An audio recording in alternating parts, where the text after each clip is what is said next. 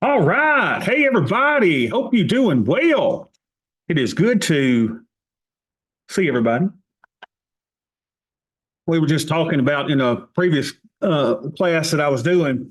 We were talking about, the amazing thing with the time value of money. And we were talking about, if you had a account where you had $50,000 in it and you could, you know, put it in for 20 years and get an estimated interest rate at 20%, how much could you get? And we came up with $1.9 million, which is really, really good.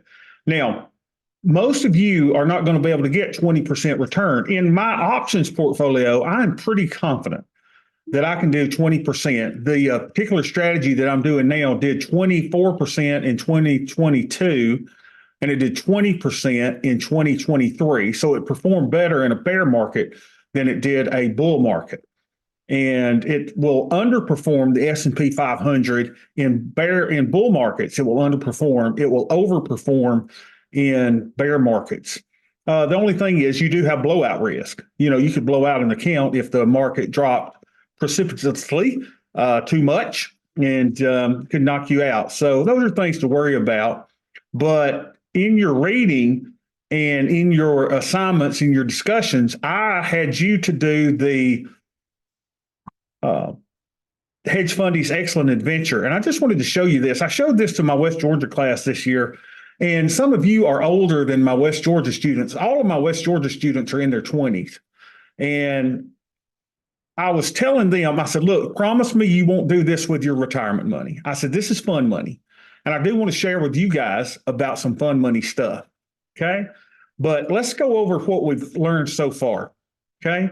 Make sure everybody's on track, because I don't want you to do what I'm about to show you with your retirement money. But here's what you do with your retirement money. First of all, you got to be on a budget, and you spend 70% max of your income. That's how much you spend. Then you save a minimum of 10% goes to savings. Loving it, I guess. Saving. I said loving it, by gosh, leave me alone. Savings. 10% your retirement investments, and 10% give it away, baby. All right, so that's your budget. That's as complicated as your budget needs to be. I recommend that you spend 70% of your net income, not 70% of your gross. And I recommend that you save, invest, and give away 10% of your gross income, if at all possible. But now, if you can make do on 60%, then maybe you could save 15%. Maybe you could invest 15% and still give away 10%. Okay. So that's how you do it. And so then we said, what do you do with your savings? Okay. With your savings, you do it in a savings account. You could do it in treasury bills, T-bills, right? Very liquid if you needed it. You could buy a T-bill ETF. The one that I use is Bill, B-I-L. And I just buy shares of Bill like I would buy a stock. It's an ETF, exchange traded fund, and it pays a dividend that would be equivalent to you owning the T-bills. So I think last month I got 42 cents dividend for each share of Bill that I did. So that's what you could do with your savings. All right, what do you do with your investments? Okay, your investments go into your 401k, if you have one at work, up to the match to get the maximum match. That's how much you do, right? Other than that, you need to fully fund a Roth IRA for 99% of you, not traditional IRAs, but Roth IRAs. And I think the current contribution level in that is 7,000. If you're 50 or older, I think you can put 8,000 in there. And keep an eye on those numbers; those change periodically. But if you're making $100,000 and you're putting 7% of your income in, or 10% of your income, that's $10,000. And you're like, well, crap, I can't put the 7,000 in there. Well, make sure you're putting the other $3,000 into your 401k. Everybody got me? I want to make sure everybody's on the same page. Simple to do.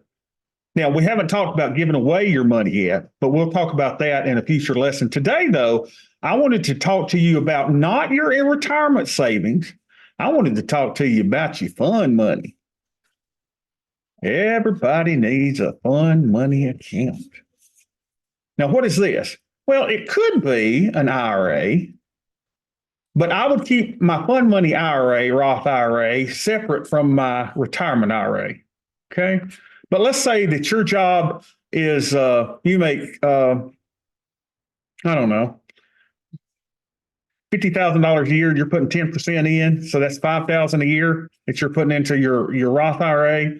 I would still put the maximum of your retirement into this. So maybe you need a cash account or a margin account rather than an IRA for your fund money. All right. So this won't be in a retirement account. It's generally going to be a cash account or a margin account. Well, what is a margin account? Margin account allows you to borrow to buy stock. Now, I don't want you to do that, though. Okay. I don't want you to do that, but you may want a margin account if you're going to sell options in a fund money account. And otherwise, you'd have a cash account, which has no margin. But I would probably open a margin account. And here's what I would do if I were having a fund money account.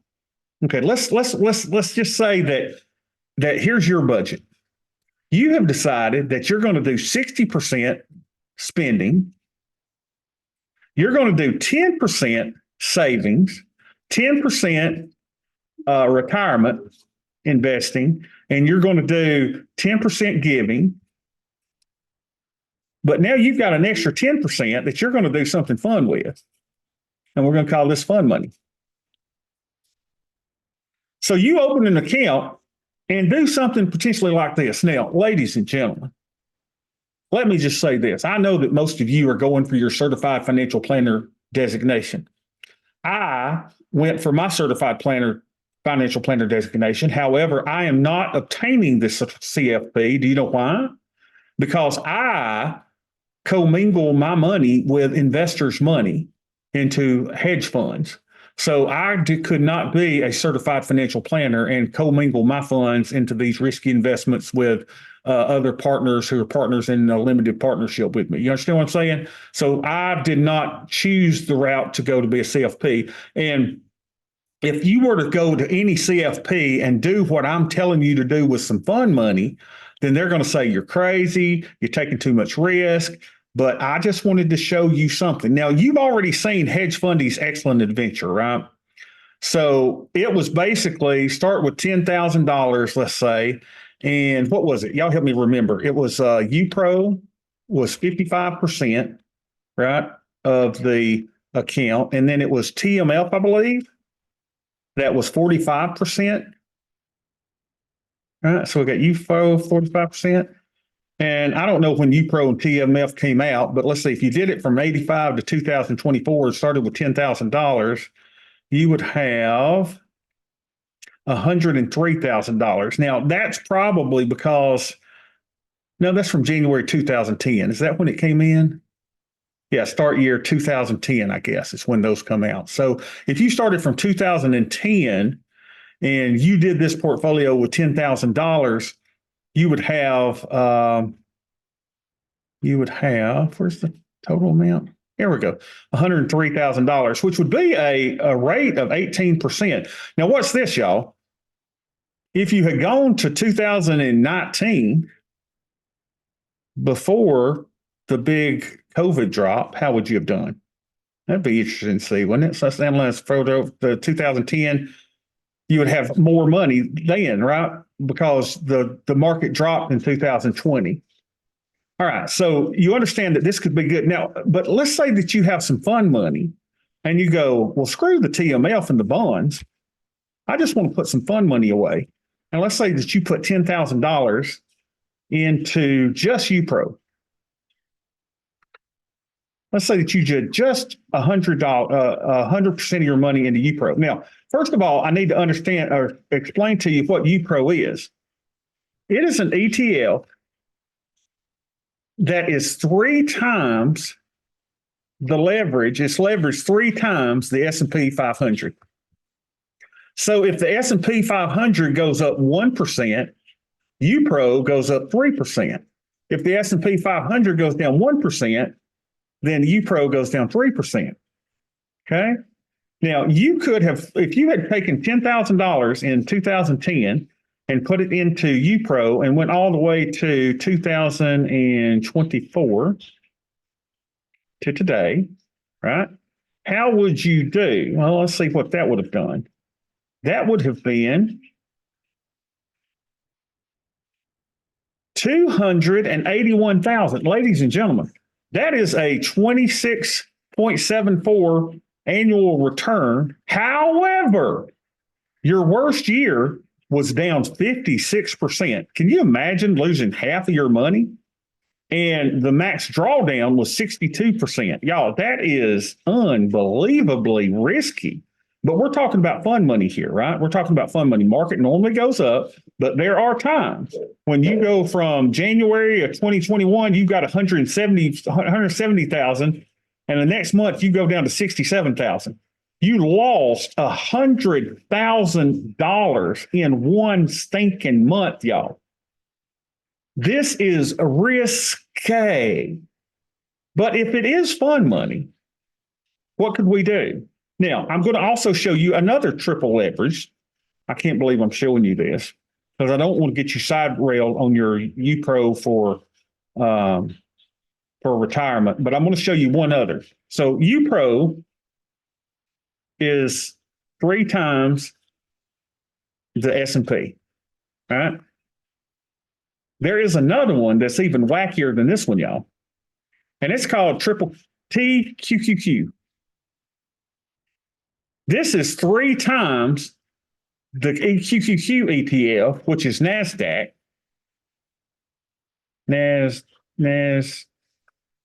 Anyway, NASDAQ. Right? It is 3 times. So if the NASDAQ that we often hear about goes up 1%, this goes down up 3%. And if the NASDAQ's down 1%, then TQQQ is 3%. Now, first of all of the experts out there will tell you that you cannot hold TQQQ and UPRO long term. They're made for short term trades and investing, and it's not made for long term. Okay, but we're just talking fun money here.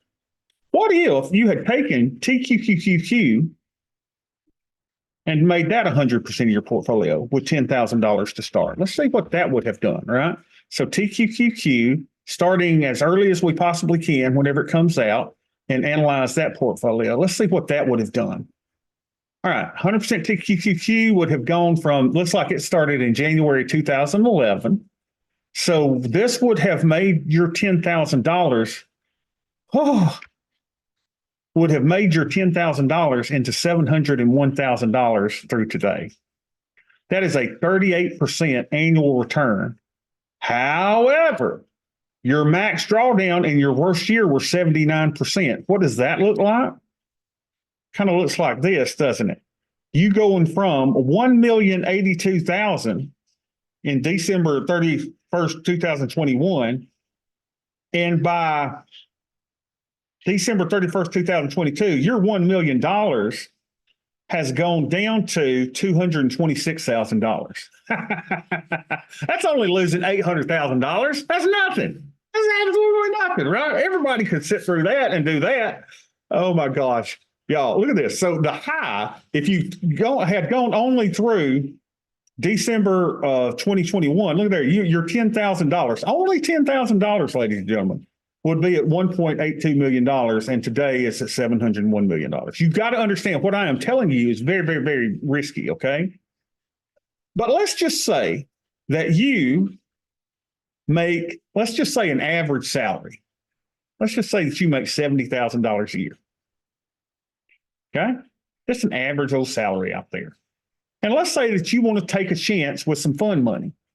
All right. So let's say that you're going to do 10% of your money into a fun money account.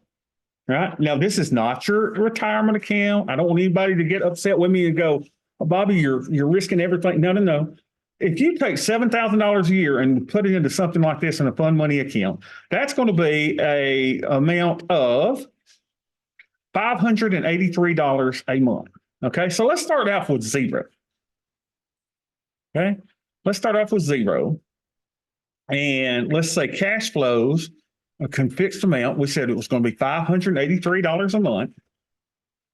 And the contribution frequency is going to be monthly, right? You put in monthly. And let's see, that's all we need to put in. And you're going to do 100% TQQQ. All right. Now, so you would be going from January 2011 to January 2024, putting in $7,000 a year. How much would your $7,000 a year over what, 13 years? So you're putting in $7,000 times 13 years. You're putting in $91,000. How much money would you have today in TQQQ? Well, let's just look. All right. Uh-oh. Portfolio balance. We've got to start with $1, I guess. They're going to make us start with $1. All right. So you start with $1.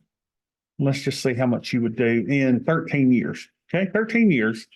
You would have $1.5 million.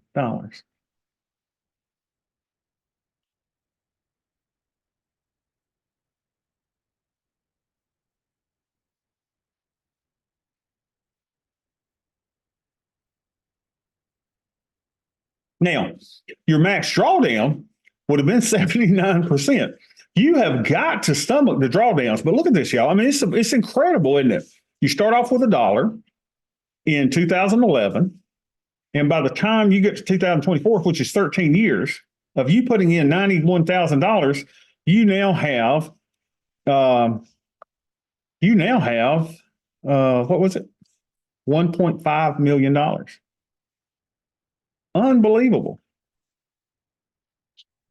Average return, 197%, whatever these things are. It does have your Sharpe ratios and your Sortinos for you people that love that kind of stuff. But you got to weather a max drawdown of 79%. Now, when did that occur? Let's see when that occurred. That is based on monthly returns is January 22nd to December 22nd. So let's see what that looks like. January 22nd here, you would have been at $1.7 million. And down here at the low, that would have gone all the way down to December 22 to $506,000. Now, the problem is can you withstand that level of volatility in the portfolio? But at the same time, I would say if this is a little fun money that you could potentially do, then go with some fun money. Go with some fun money. You may get an inheritance, let's say, of $10,000. What would $10,000 look like? Let's do. You start off with $10,000 again. You get an inheritance, and you say, "Hey, let's swing for the fences, baby." So you're going to do no contributions, just that. And what would that be again? $10,000. You get an inheritance. So that's going for 11 years. Yep. Now you're $701,000. Your max would have been, what we say, $1 million a while ago? Your max would have been $1,063,000. No, $1,082,000 would have been your max. So today's little lesson, as short as it is nothing more than showing you that there are alternative investments out there that involve leverage, that are very risky, that you should never put a dime of your retirement income into, but it may be worth you throwing a few $100s into something like TQQQ. Now, you could always throw in a bond fund in there as well if you want to, but if you're young, you're in your 20s, you want to swing for the fences, put a little money in something like this is probably a neat little idea. Questions or comments on this? Dave, Kristen, Tom, do you have any questions or comments on the utilizing triple leverage ETFs?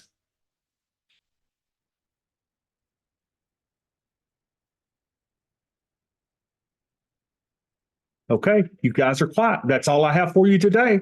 Hope you have a wonderful, wonderful rest of your day. I will see you next Wednesday.